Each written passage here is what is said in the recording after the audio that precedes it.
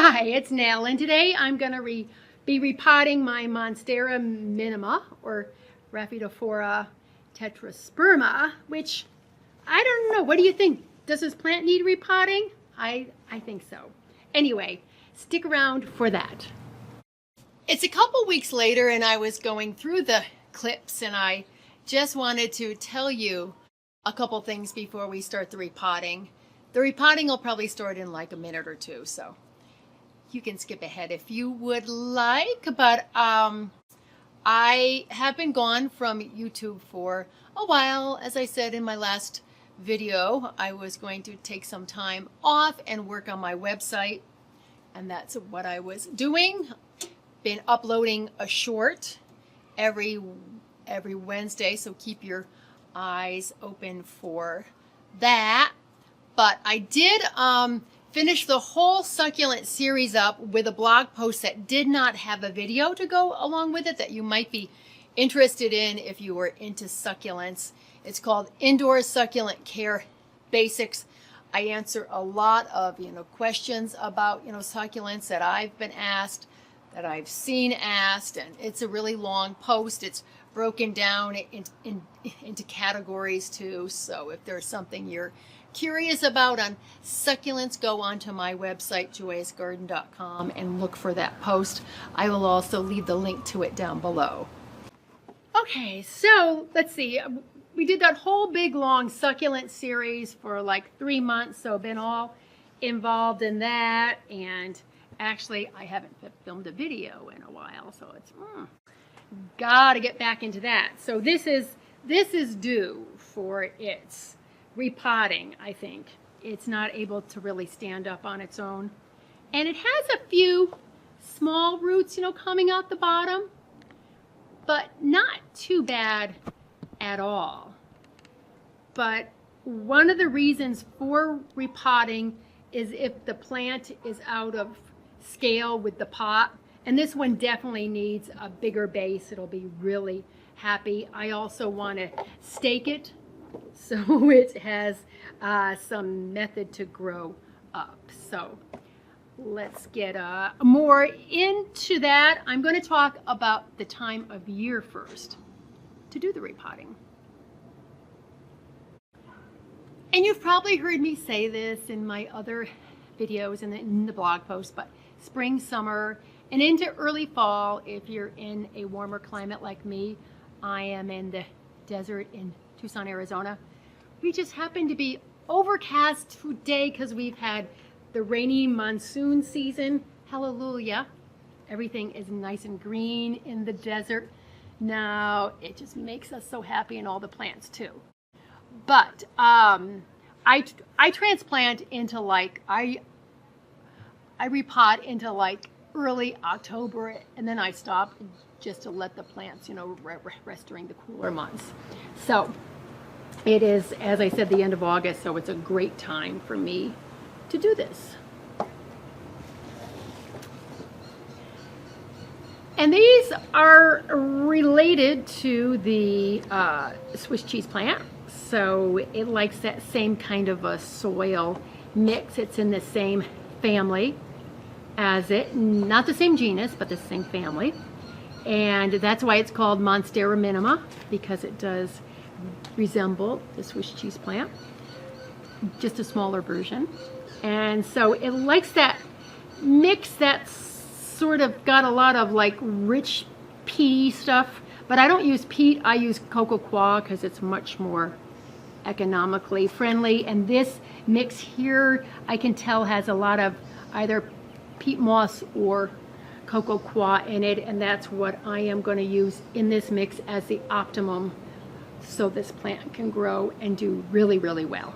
And this plant kind of twines down, grows up. It does need a support, as you can see, to grow up. This is my sad current support system. I've been ignoring you, I'm sorry. Help is to the rescue. But it has some new growth coming on the stems too. I ultimately want to train this to grow over a bamboo hoop, but the bamboo hoops that I want to use is 2 feet, and I can't get it into this pot. So when I repot it up to an 8-inch pot, I think I can get the bamboo hoop in.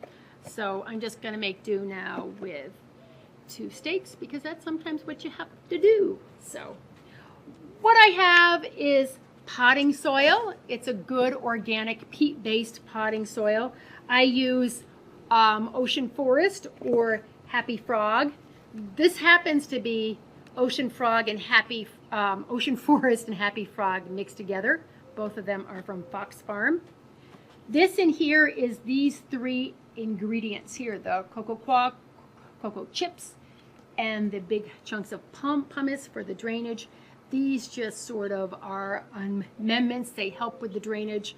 But because this plant in nature grows on other plants and it has plant material from above falling on it, it appreciates all this nice, good, rich, organic stuff, along with this mixture of worm compost and compost that I buy from my farmer friend at the farmer's market here in Tucson. It's a great mix.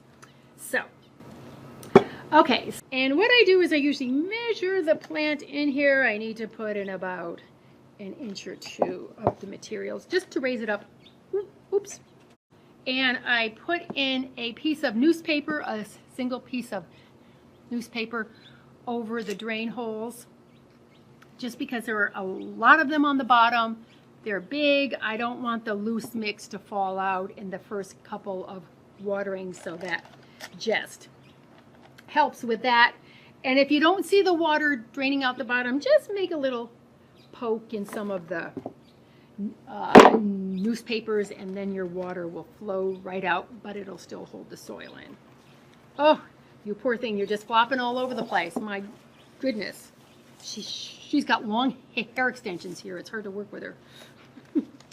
Okay, so I'm going to squeeze it. Hopefully it's going to come out easily. Oh, yeah. Okay, so let's look at how the roots are here. Ooh, not too bad. They're actually pretty fine, but you can see from the mix that this was potted in, it's a really nice, dark, rich mix, and that's what this plant likes to do its best. So I just gently squeeze it just to get the roots apart a bit. I'm going to take off a bit of this top, I don't know if it's cocoa quadra or peat, I can't tell, you know, just because it's going to fall off. So I'm going to put that over there. And now this is the potting soil. I'm going to put in a bit of the amendment / drainage mix in here, get that all nice and mixed up. And you can mix this all up beforehand, but I'm all out of pails. I have cocoa quan pails, I have cocoa chips in pails, I have a succulent and cactus mix in pails. I mixed up some seed starting mix a few months ago, so my pails are all occupied at the moment. So this works too for smaller ones. If you're doing a big plant, it's nice to have it all. And that looks about right to me because it is going to sink down a little bit. So gonna get this in here, and then I'm just going to fill around, putting in a little bit of the compost mix here, and then the potting soil and because this mix is so light and this plant is heavy, the root ball isn't too bad. I just want to press it down a little bit to anchor it in the pot. I did that as I went along too. I'm not like applying brute force, you know, pressure on it, but just enough to get it straightened out in the pot and down a bit. This is the worm compost. And the compost that this plant will love. Oh, this plant's going to be so happy. It's going to grow even more. I'm probably going to be repotting it and putting in the hoop next summer, so stay tuned for that. Stay tuned, as I say. Okay. And just that. And then we are all done and ready for the staking. Okay, so now we'll see how the staking goes here. I'm not quite sure how this is going to go because that's how life goes sometimes. You sometimes have to just be there in the moment. And I'm not sure how these are even going to work, but we'll see. Maybe I'll put one over here. As I said, I ultimately want them on a hoop, but this will be okay for now. It's just like just like the old-time TV antennas. Okay, so what I'm going to do is I'm just going to tie it onto the stake. I think I'll tie this one on the back and this one on the front, and hopefully it's going to stay. I don't know how much more I can do. And I like to tie it under a leaf, because a leaf, that'll sort of hold it up, or rather than in the middle of the stem. You get a better grip there. I've just tied a lot of plants, so, or I should say I've trained them. I think I'm going to do this right here by this new growth.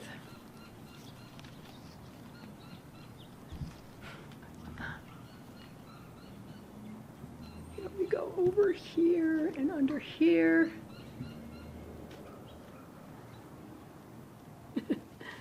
Let's see if I can get this. I think I want to tie this one because the stem is so big and heavy. I am going to tie it here. And now while I'm doing this, for the sake of time, I will talk about the aftercare. I watered this plant like a day ago. That's another reason why I wanted to repot this plant, because it was just drying out here in the desert in the summer like crazy. So this pot is going to give it more soil mass, so it won't dry out as fast, we hope. So I watered it, and what I'm going to do is I'm going to water it well after this, and then I'm going to put it back in its bright spot in the kitchen. It sits on a plant rack about 8 feet away from a south-facing window. It gets a lot of beautiful light. I think that's why it's grown so fast, because I bought this as a 4-inch plant. Well, as you saw, it was a 4-inch plant, and it was about this big, and it's just grown so much. My new house has a lot of light, so it grows. And then I'm just going to resume the care as usual, and I have done a care post on this plant, so I will leave it in the description box down below, also too on the website, so you can read about how to care for this plant, which is actually easy to care for. All right, so I think my plant is a lot happier. If there's no action going up these stakes, then I'm just going to cut them down, but I'm going to leave the rabbit ear antennas for now. So, but I'm sure it will be a lot happier, not just hanging all over itself, and it has a method to grow up. So I hope you have found this video to be helpful.